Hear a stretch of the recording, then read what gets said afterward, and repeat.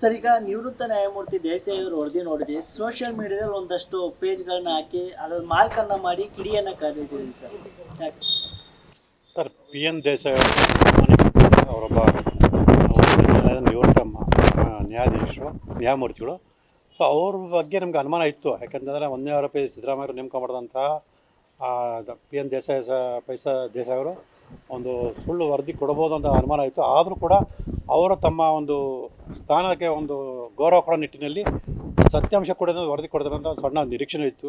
ಆದರೆ ಆ ನಿರೀಕ್ಷೆಯ ವಿರುದ್ಧವಾಗಿ ಅವರು ಕೂಡ ಒಂದು ಗೊಂದಲಕಾರಿಯಾದಂಥ ಮತ್ತು ಸುಳ್ಳಿಂದ ಕೂಡಿದಂಥ ವರದಿಯನ್ನು ನೀಡಿದರೆ ಅದರಿಂದ ನನಗೆ ತುಂಬ ಭಾಳ ನೋವಾಯಿತು.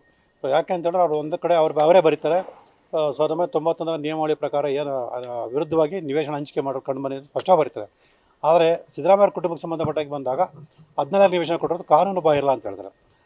ಇದೆಲ್ಲ ನೋಡೋದು ಸ್ಪಷ್ಟವಾಗಿ ಗೊತ್ತಾಗುತ್ತೆ ಅವರು ಸುಳ್ಳು ವರದಿ ಕೊಟ್ಟಿದ್ದಾರೆ ಅಂತೇಳಿ.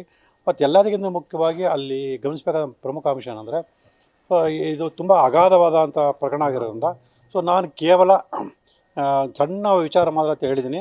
ಇದ್ರ ಬಗ್ಗೆ ಸಮಗ್ರ ತನಿಖೆ ನಡೆಸಬೇಕು ಅಂತ ಹೇಳಿದ್ರೆ ಪರಿಣಿತರಾದಂಥ ತಾಂತ್ರಿಕ ಸಮಿತಿ ಒಂದು ಅಧಿಕಾರಿಗಳ ತಂಡವನ್ನು ರಚನೆ ಮಾಡಿ ಅವ್ರ ಮೂಲಕ ಒಂದು ವರದಿ ತಗೊಂಡು ಕ್ರಮ ತಗೊಳ್ಳೋಕೆ ಸ್ಪಷ್ಟವಾಗಿ ಬರೀತಾರೆ. ಮತ್ತು ಇನ್ನೊಂದು ಕಡೆ ಬರೀತಾರೆ ನಿವೇಶನ ಹಂಚಿಕೆ ಮಾಡೋರು ಕಾನೂನು ಬಾಹಿರ ಅಂತ ಬರೀತಾರೆ. ಮತ್ತು ಅಧಿಕಾರಿಗಳು ತಮ್ಮ ಅಧಿಕಾರವನ್ನು ದುರ್ಬಳಕೆ ಮಾಡಿಕೊಂಡು ಅಕ್ರಮ ನಿವೇಶನ ಹಂಚಿಕೆ ಕಂಡು ಬಂದಿದ್ದು ಬರೀತಾರೆ. ಇದೆಲ್ಲ ಬರೀತಾರೆ. ಕೊನೆಗೆ ಸಿದ್ದರಾಮಯ್ಯ ವಿಚಾರಕ್ಕೆ ಬಂದಾಗ ಅವ್ರ ಕುಟುಂಬಕ್ಕೆ ನೀಡಿರೋ ನಿವೇಶನ ಕಾನೂನು ಬಾಹಿರ ಅಂತ ಬರೀತಾರೆ.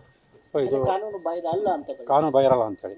ಆದರೆ ಇಲ್ಲಿ ಅವರಲ್ಲೇ ಗೊಂದಲ ಇರೋಂಥದ್ದು. ಮತ್ತು ಅವರೇ ಸ್ವತಃ ತಮಗೆ ಈ ವಿಚಾರ ಸಂಬಂಧಪಟ್ಟಾಗೆ ಒಂದು ಸಮಗ್ರ ತನಿಖೆ ಮಾಡಿ ವರದಿಯನ್ನು ಕೊಡೋದಕ್ಕೆ ಸಾಧ್ಯ ಇಲ್ಲ ಅನ್ನೋದನ್ನ ಕೂಡ ಸ್ಪಷ್ಟವಾಗಿ ತಿಳಿಸಿದ್ದಾರೆ.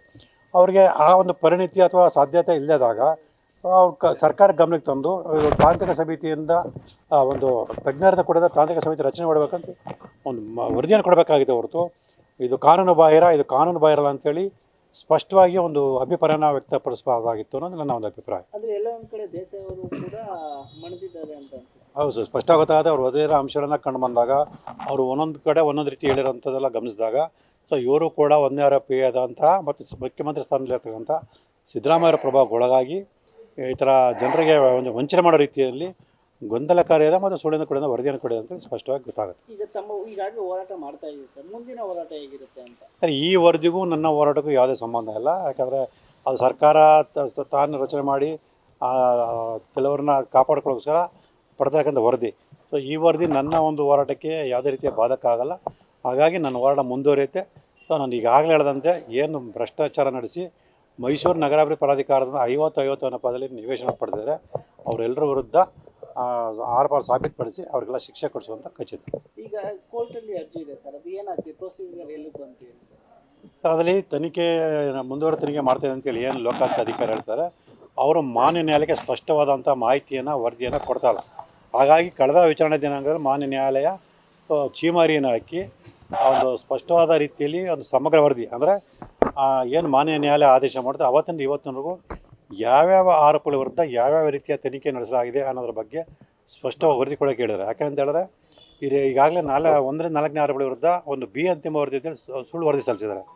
ಆದರೆ ಮುಂದುವರೆದ ತನಿಖೆ ಮಾಡ್ತಾಯಿದ್ದೀವಿ ಅಂತ ಹೇಳ್ತಾರೆ. ಆದರೆ ಇವತ್ತಿನವರೆಗೂ ಮಾನ್ಯ ನ್ಯಾಯಾಲಯಕ್ಕೆ ಏನಾದ್ರು ಮಾಹಿತಿ ಕೊಡಿದ್ರೆ ಅದೆಲ್ಲೂ ಕೂಡ 1-4ನೇ ಆರೋಪಗಳಿಗೆ ಸಂಬಂಧಪಟ್ಟಂತೆ ಯಾವುದೇ ತನಿಖೆ ಮಾಡಿಸೋ ಬಗ್ಗೆ ಒಂದು ಸ್ಪಷ್ಟ ಮಾಹಿತಿಯನ್ನು ಕೊಟ್ಟಿಲ್ಲ. ಹಾಗಾಗಿ ನಾನು ಮಾನ್ಯ ನ್ಯಾಯಾಲಯಕ್ಕೆ ಮನವಿ ಮಾಡ್ಕೊಂಡಿರೋದ್ರಿಂದ ಮಾನ್ಯ ನ್ಯಾಯ ಒಂದು ಸೂಕ್ತ ಆದೇಶವನ್ನು ಮಾಡಿದೆ.